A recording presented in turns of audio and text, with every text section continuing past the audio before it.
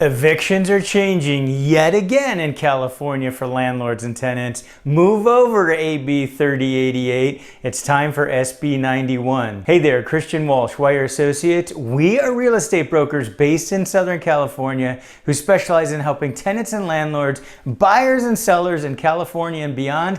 And eviction laws have changed yet again. And you know we keep you right on the cutting edge of what's going on related to evictions. So we're here to give you the big update. We have a lot of ground to cover. We're going to give you a quick update on eviction history in California since COVID-19 started.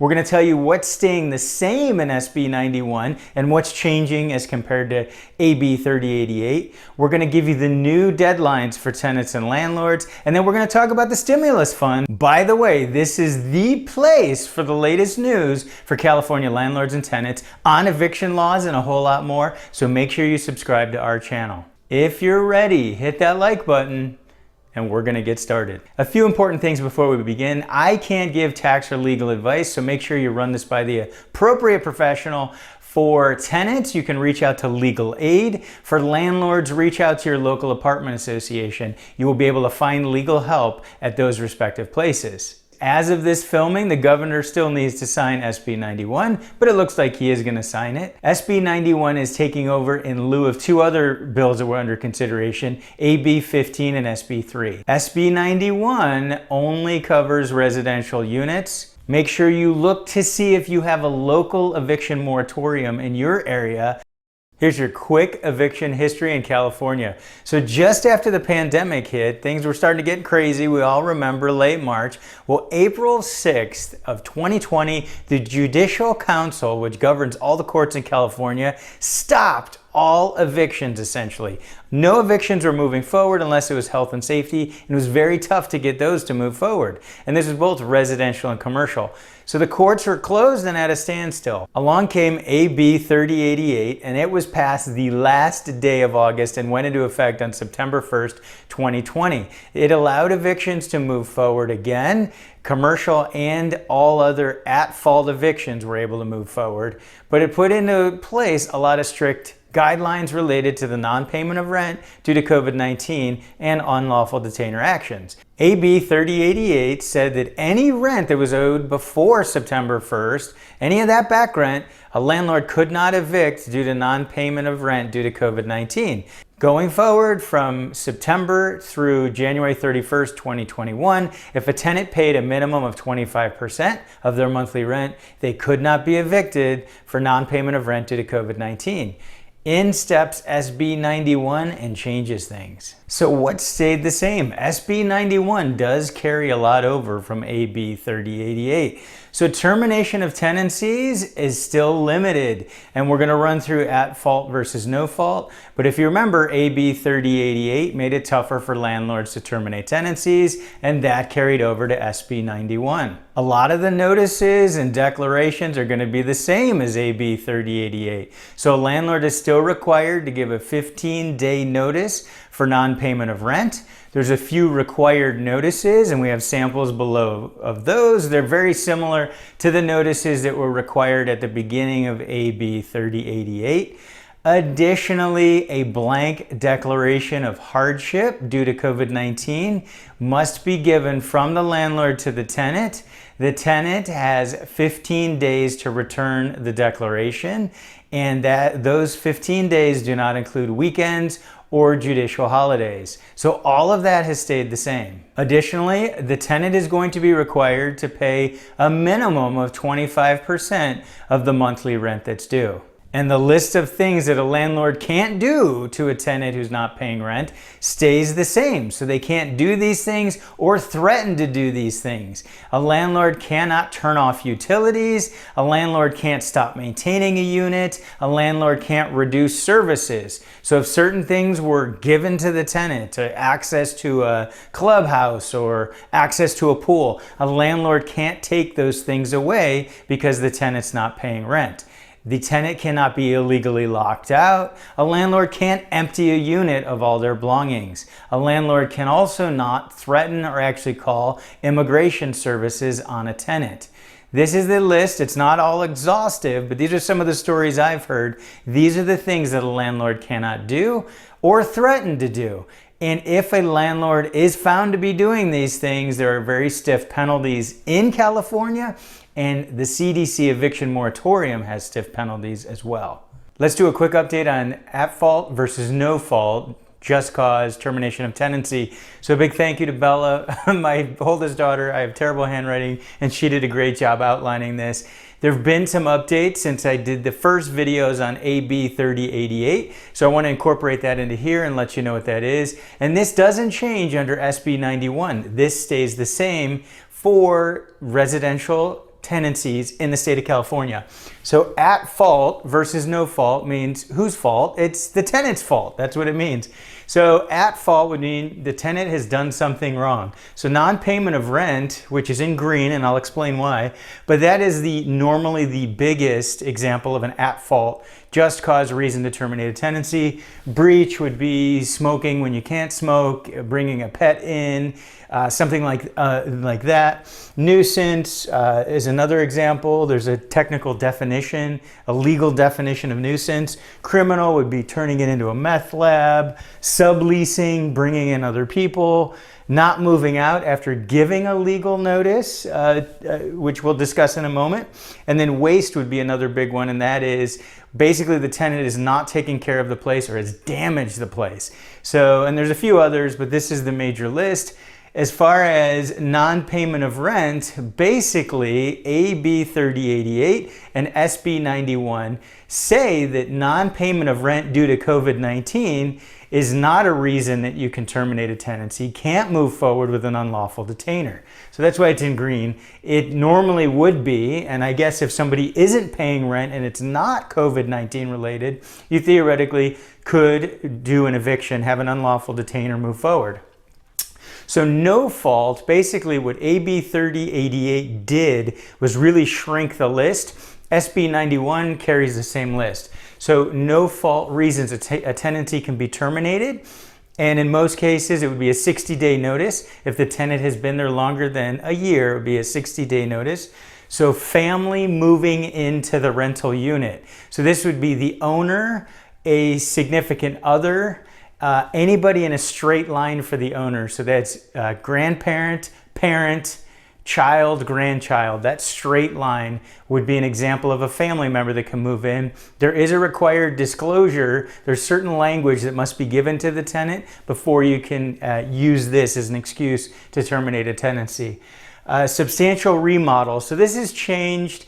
Initially, some attorneys were reading it as it had to be a court-ordered substantial remodel, and that is definitely one of the cases where it would be an approved no fault just cause termination, but it also could be related to habitability. So if basically the unit lacks habitability, that would be another reason that if you're doing the remodel for that, that would be another reason you could terminate the tenancy.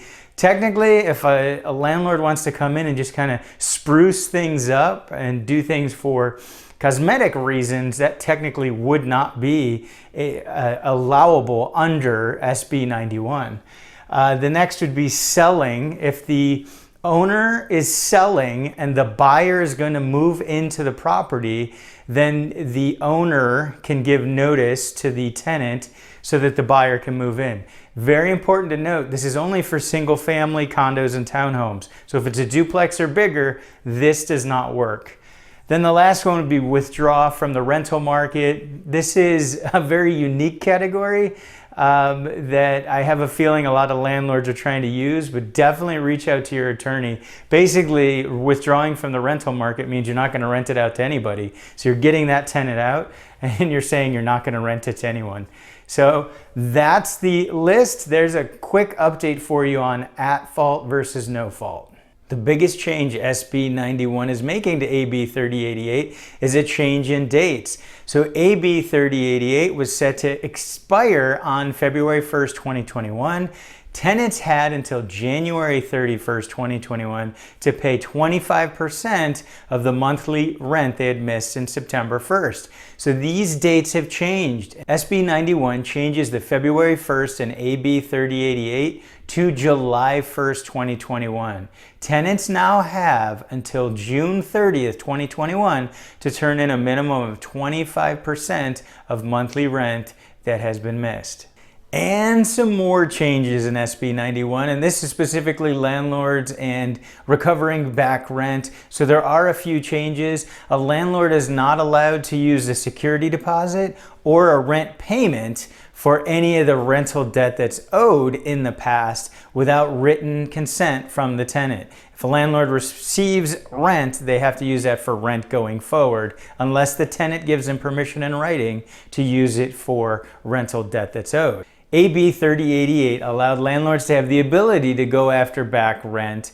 It had been converted into COVID-19 rental debt, which is a change from rent to consumer debt.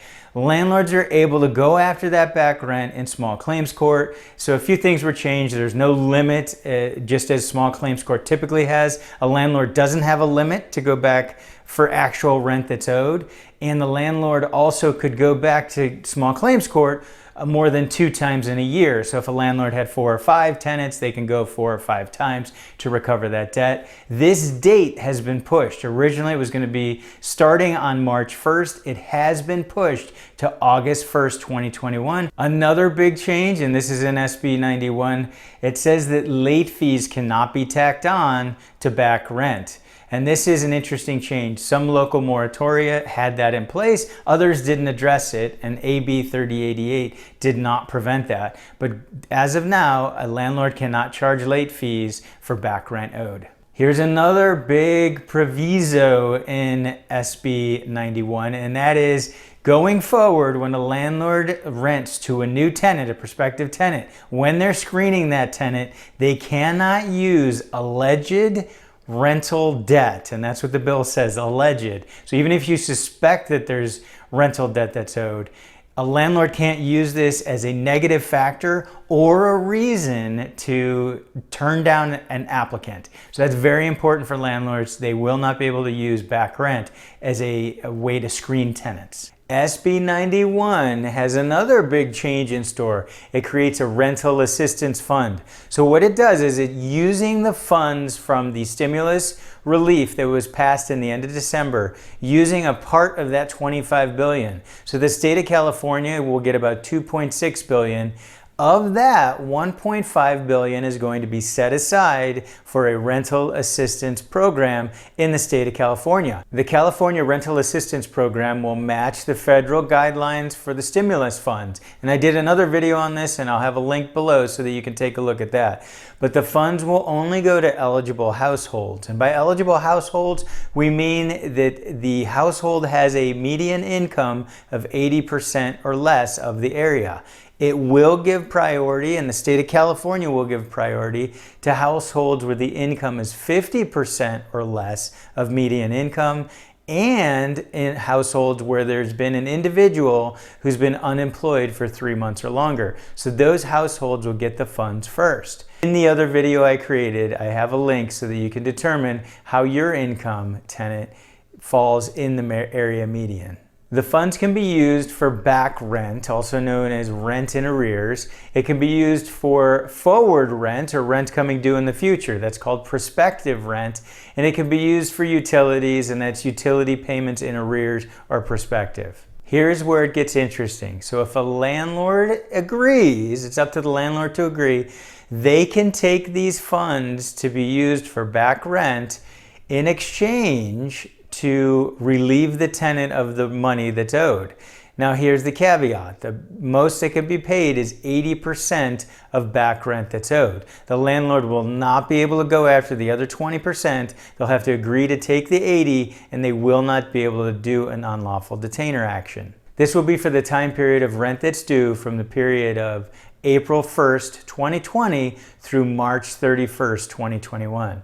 So these funds can be used for back rent for that time period. If the landlord does not agree to take the 80%, the funds can be used in this way. They can be used to cover 25% of the monthly rent that's due in any of the months that have been missed from April 2020 to March 31st, 2021. If there's money left over, the funds can then be used for prospective rent, for rent moving forward. So based on the dates in the bill, this would be rent for May, June, or July. The caveat here is it would be 25% of the monthly rent that's due for those months. As for how the funds will be distributed, they will come either from the state, or if your locality is large enough, if the population is large enough, your local area may have a fund set up for distribution. I know landlords and tenants are itching to get access to those federal funds and want to know more about when it's coming, how to apply. There's an interesting section in the bill. It's 50897.3.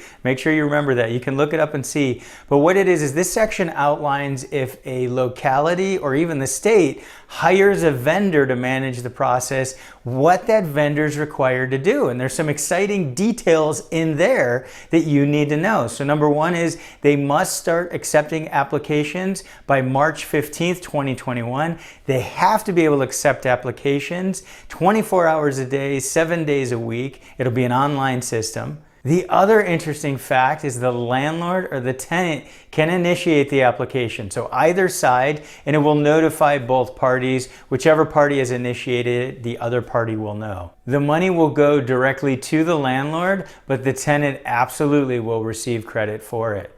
So those are some of the exciting details hidden in the bill related to the vendors. So start looking. It should be coming soon. Don't forget, we have a link below to the full text of the bill so you can read it, plus a link to AB 3088 and some of the text in that bill that was carried over. Additionally, we have samples of the notices that landlords must give out. And we also have a link to subscribe to our email newsletter. It's free and weekly, and we cover topics for landlords and tenants, buyers and sellers in California and beyond. And make sure, if you haven't subscribed, that you subscribe to this channel, because we are going to continue to cover timely topics for landlords and tenants, just like SB 91 and any changes that may happen to SB 91. So thank you for tuning in. I want comments below. Let us know, what are your struggles? What questions do you have about SB 91? Let us know how things are going out there for you right now. This has been Christian Walsh with Wire Associates. I appreciate you tuning in.